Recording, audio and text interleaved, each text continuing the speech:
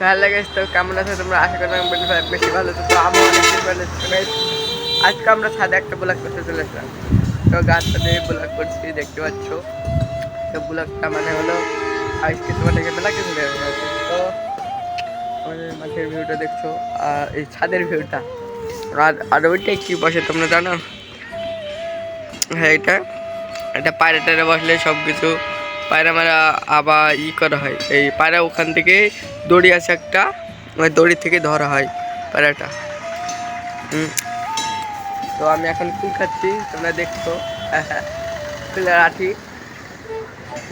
তো আর একটু কাছ থেকে তোমাদেরকে ওটা দেখাচ্ছি।